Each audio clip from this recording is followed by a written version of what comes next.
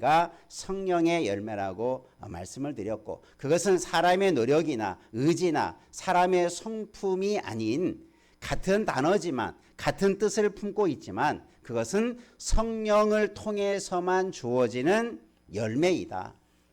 그래서 이 충성, 신실함의 열매도 성령을 통해서 우리 가운데 어떠한 신실함의 열매가 맺어지는가라고 하는 것들을 우리가 알 수 있는 것입니다.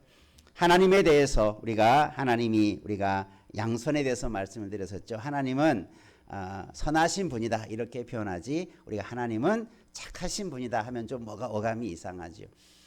이 충성도 마찬가지입니다. 하나님의 성품 속에 오늘 그대로 번역대로 말하면 충성스러운 하나님 이렇게 하면 좀 이상하죠. 그래서 우리가 하나님을 표현할 때는 어떻게 합니까? 같은 말이지만 신실하신 하나님 이렇게 우리가 좀 부드럽게 표현하는데, 실상은 같은 것을 번역하는 그 어감의 차이만 다를 뿐이지 같은 말입니다. 신실하신 하나님. 여러분, 하나님의 신실하심이 어떠하십니까? 성경에 때로는 언약의 신실하신, 말씀에 신실하신 하나님, 여러분 다 그렇게 알고, 하나님은 말씀하신 것을 끝까지 지키시는 하나님, 말씀하신 것을 끝까지 이루시는 하나님, 그 하나님을 향하여서 우리가 신실하신 하나님 이렇게 표현하고 고백하고 감사하는 거죠. 신명기서에 보면 하나님의 신실하심에 대한 가장 좋은 표현을 신명기서 7장 9절에 이렇게 말씀하고 있습니다. 오직 내 하나님 여호와는 하나님이시요 신실하신 하나님이시라. 그를 사랑하고 그의 계명을 지키는 자에게는 천대까지 그 언약을 이행하시며 인애를 베푸신다. 이렇게 말씀하십니다. 언제까지요? 천대까지. 말로는 천대가 이렇게 짧아 보이는데, 여러분 한 세대를 우리가 표현할 때 보통 몇 년을 잡냐면, 한 세대를 보통 25년을 한 세대의 구분을 잡습니다. 자, 그러면 천대까지면 여러분 몇 년이겠습니까? 천대면 몇 년이에요? 25년만 잡으면 2만 5천 년이에요. 상상할 수 없는 기간이죠. 여러분, 이거 말씀이 좀 이해가 안 되면 어떻게 좀 이해하면 되냐면, 여러분 성경에 처음 기록한 신명기서를 비롯한 성경에 처음 기록을 누가 했습니까? 모세가 성경을 기록했죠. 모세가 그 창세기로부터 5권의 책을 기록했는데 그게 모세오경입니다.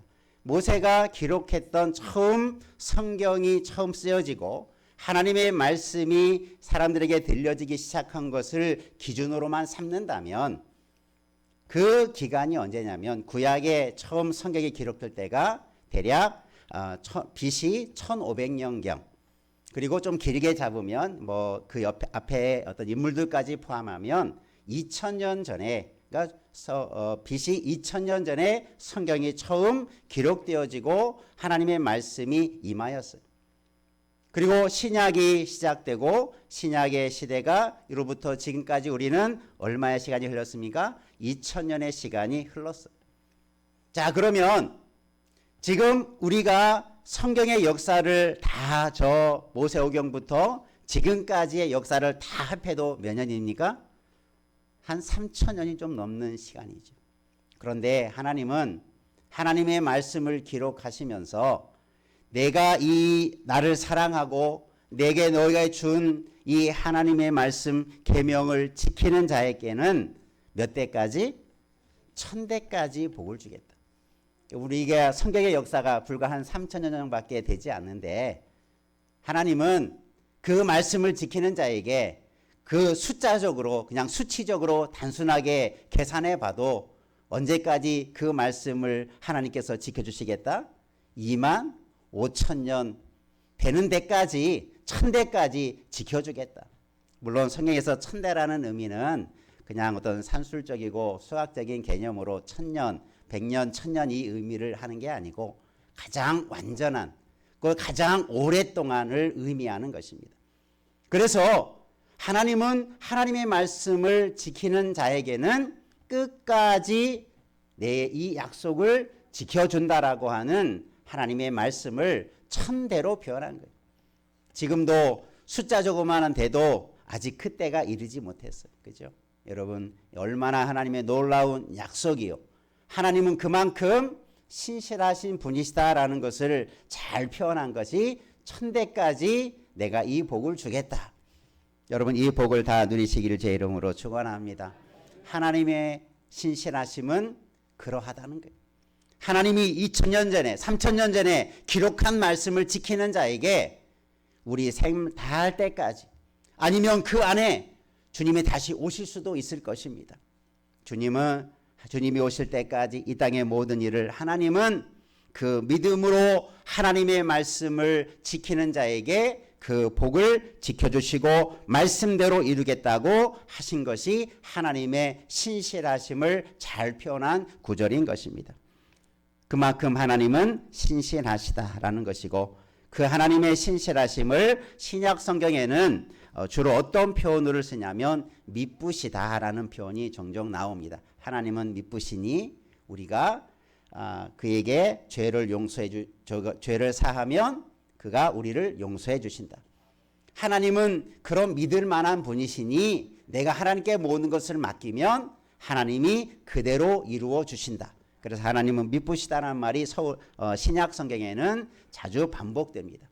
그러니까 구약의 하나님, 신약의 하나님은 동일하게 어떤 하나님이십니까? 신실하시고 미쁘신 하나님. 미쁘시다라는 우리 한글의 의미는 믿을만하다라는 의미를 가진 거예요. 하나님은 정말 믿을만하신 분이다. 물론 우리가 믿을만해서 믿는 게 아니라 하나님은 그 자체가 신실하신 분이시오. 거짓이 없으시고 약속하신 것은 어떻게라도 반드시 이루실 만한 지혜와 능력과 권능을 가지신 분이십니다.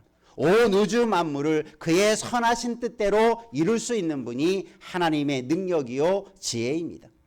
그 하나님의 지혜와 능력으로 우리에게 약속하신 것들을 반드시 이루신다. 그러니까 여러분 성경의 말씀, 하나님의 언약의 말씀, 계명의 말씀, 복음의 말씀을 여러분 의심치 말고 붙드시기를 주의 이름으로 축원합니다.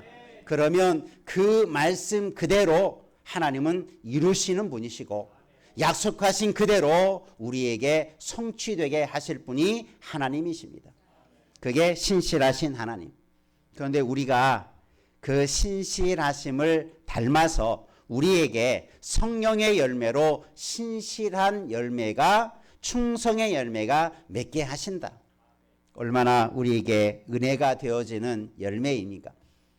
이것이 사람의 의지나 사람의 노력으로 맺어지는 열매가 아니라 성령의 열매로서 충성이라는 거죠. 그러면 우리 안에 이 충성의 열매, 신실함의 열매가 맺어가야 되는 거죠. 우리는 그 열매를 맺어야 되는 거죠.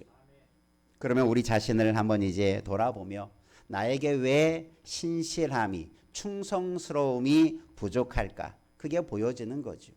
여러분 성령을 따라 행하심으로 이 충성의 열매, 신실함의 열매가 우리 가운데 맺어져 가기를 주님의 이름으로 축원합니다.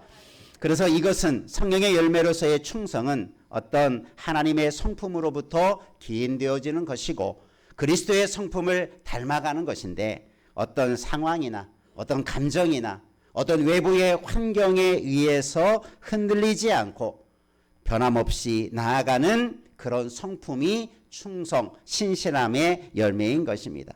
그러면 우리가 이 신실함의 열매를 맺어갈 때 우리의 삶에 어떠한 모습이 있어야 되는가? 우리가 충성의 열매, 신실함의 열매를 맺기 위한 하나님의 말씀은 우리에게 그래서 어떻게 살아가라고 하시는가?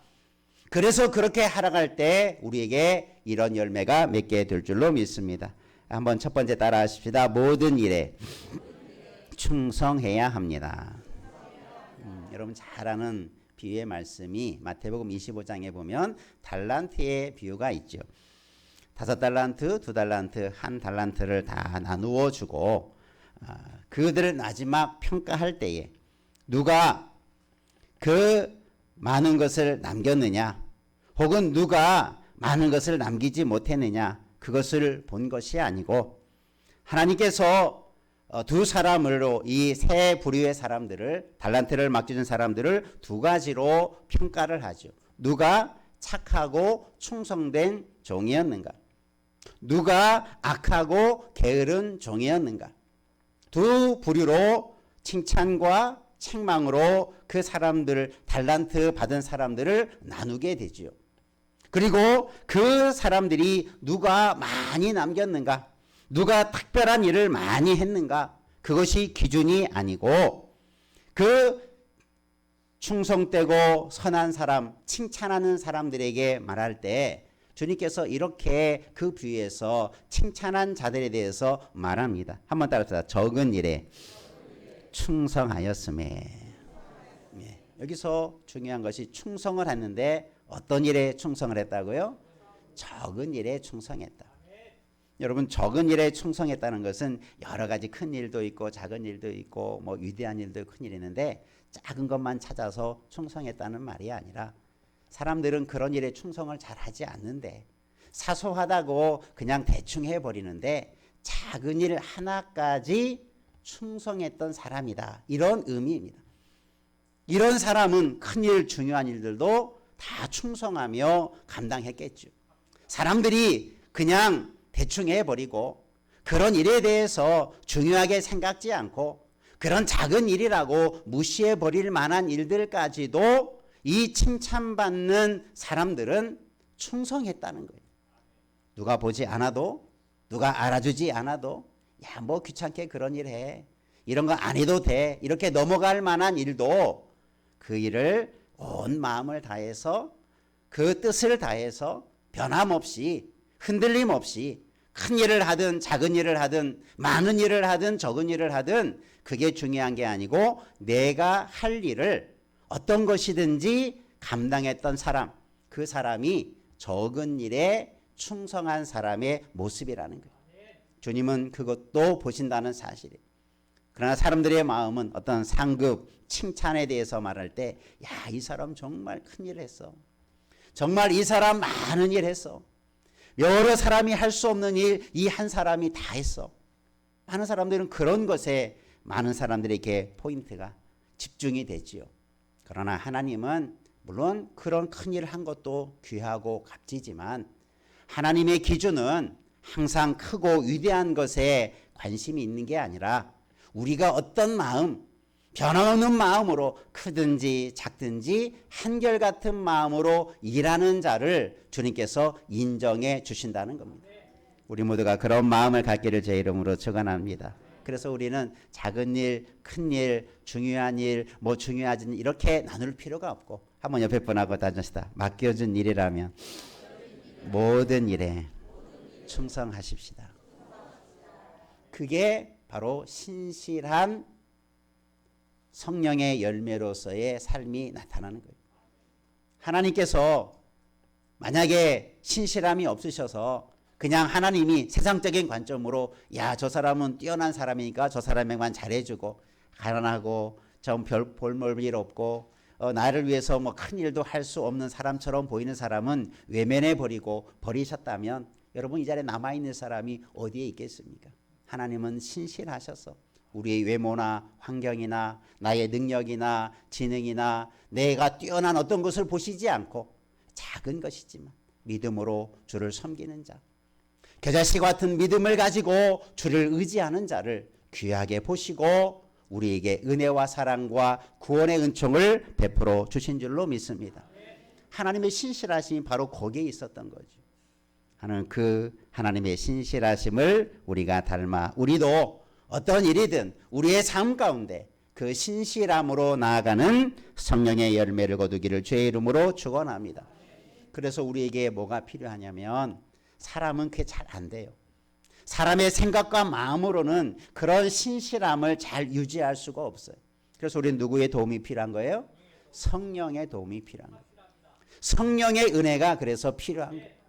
성령께서 우리에게 그런 일을 할 수 있는 마음도 주시고 그런 작은 일까지도 기쁨으로 감당할 수 있는 힘을 주시고 은혜를 주실 때 그 일을 따르는 자에게 성령의 열매로서 신실함, 충성의 열매가 맺어가게 주는 줄로 믿습니다.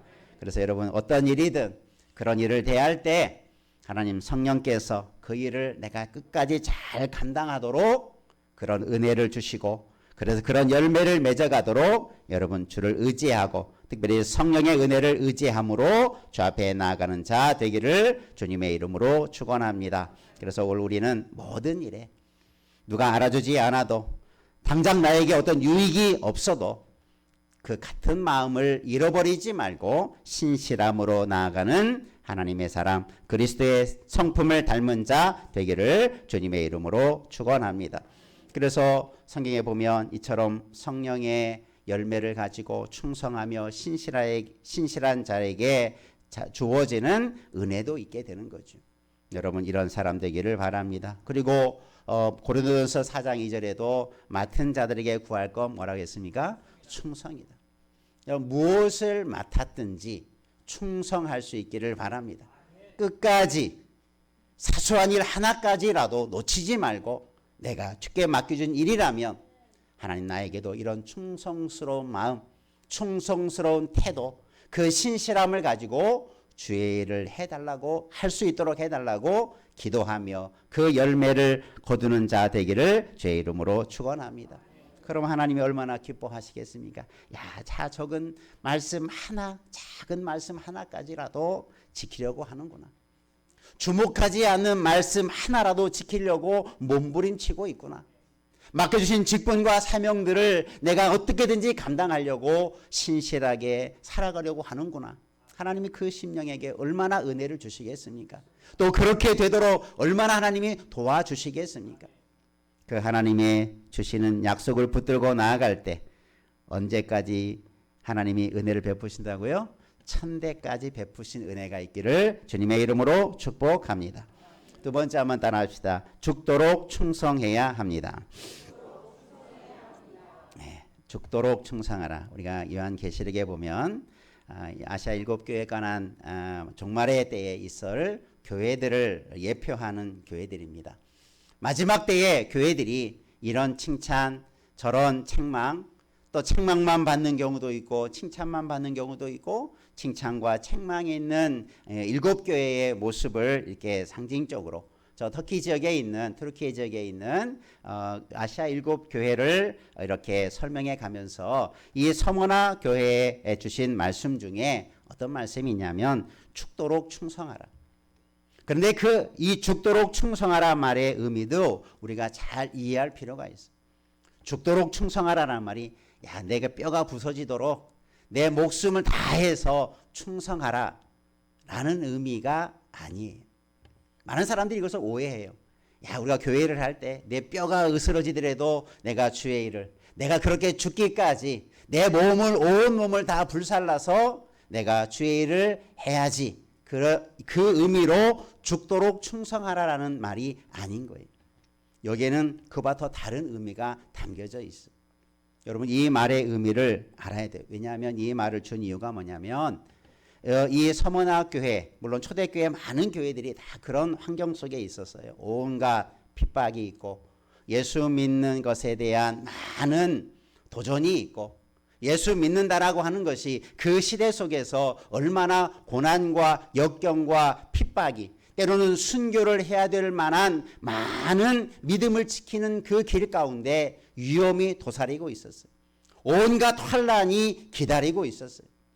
자, 그런 상황 속에서 믿음을 지킨다라고 하는 것은 죽음을 각오해야 되는 거였죠. 믿음을 지키고 말씀대로 살아가는 것, 내가 그동안 쭉 지켜왔던 신앙을 끝까지 지키기 위해서 신실하게 그 신앙을 지키기 위해서 막다른 곳에 뭐가 다가옵니까? 죽음이라고 하는 상황이 다가올 수 있다는 거예요. 그러면 어떻게 하겠느냐라는 거죠.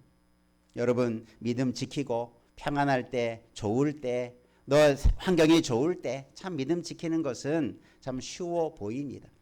그냥 교회 다니고 그냥 즐겁게 신앙생활하고 내가 하고 싶은 것 하면서 적당히 교회도 봉사도 하고 여러 가지 일들도 하면 얼마나 편하게 신앙생활 할 수 있습니까?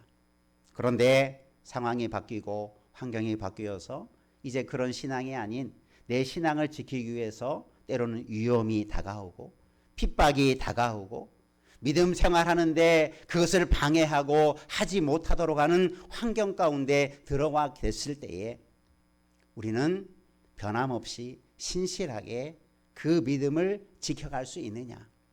이게 충성을 척도할 수 있는 환경입니다. 여러분, 어떤 환경 앞에서도 어떤 시련 앞에서도 여러분 변치 않는 신실한 믿음을 지켜가기를 주의 이름으로 축복합니다. 그게 이 신실함과 충성의 열매. 이 서머나 교회에게 주었던 마지막 하나님의 주님의 말씀, 죽도록 충성하라. 이 말의 의미는 내 몸을 다 부서뜨려서라도 열심히 봉사하라라는 의미가 아니라 죽음의 상황에 이를지라도 죽음이라고 하는 것이 내 앞길을 막아선다 할지라도 그 앞에 변치 말고 지금까지 지켜왔던 신앙을 내려놓지 말고 버리지 말고 그것을 붙들고 나아가라. 이게 죽도록 충성하라는 거예요. 여러분 그런 믿음 되기를 주의 이름으로 축원합니다. 환경이 아무리 변하고 상황이 아무리 변하고 내 삶에 고통과 아픔이 온다 할지라도 내 믿음만큼은 내가 버리지 않는다. 하나님이 나를 향한 신실하심이 있었듯이 나도 하나님을 향한 그 신실하심이 주님 앞에 충성된 자의 모습이라는 거죠. 이런 열매, 이런 신실함과 충성의 삶이 우리 가운데 있기를 주의 이름으로 축원합니다. 이 말씀을 지킨 사람이 있었어요. 고대 문헌에 보면 서머나 교회에 감독으로 알려진 폴리갑이라고 하는 사도 요한의 제자로 알려져 있었고 이 서머나 교회의 지도자로 알려져 있었던 이 폴리갑이 그 당시 많은 아까 말씀드렸죠. 많은 핍박과 또 많은 어려움이 또 예수를 믿는 것에 대해서 또 지도자로 있으니 교회를 지키는 데 있어서 얼마나 많은 어려움들이 그 앞에 다가왔겠습니까? 로마의 총독이 회유합니다. 내가 예수를 부인하면 살려주겠다. 유명한 말을 남기죠. 그가 연로했을 때입니다. 나는 86년간 예수님을 섬겨왔습니다. 86년 동안 예수님은 한 번도 나를 부인하거나 나를 외면하지 않았습니다.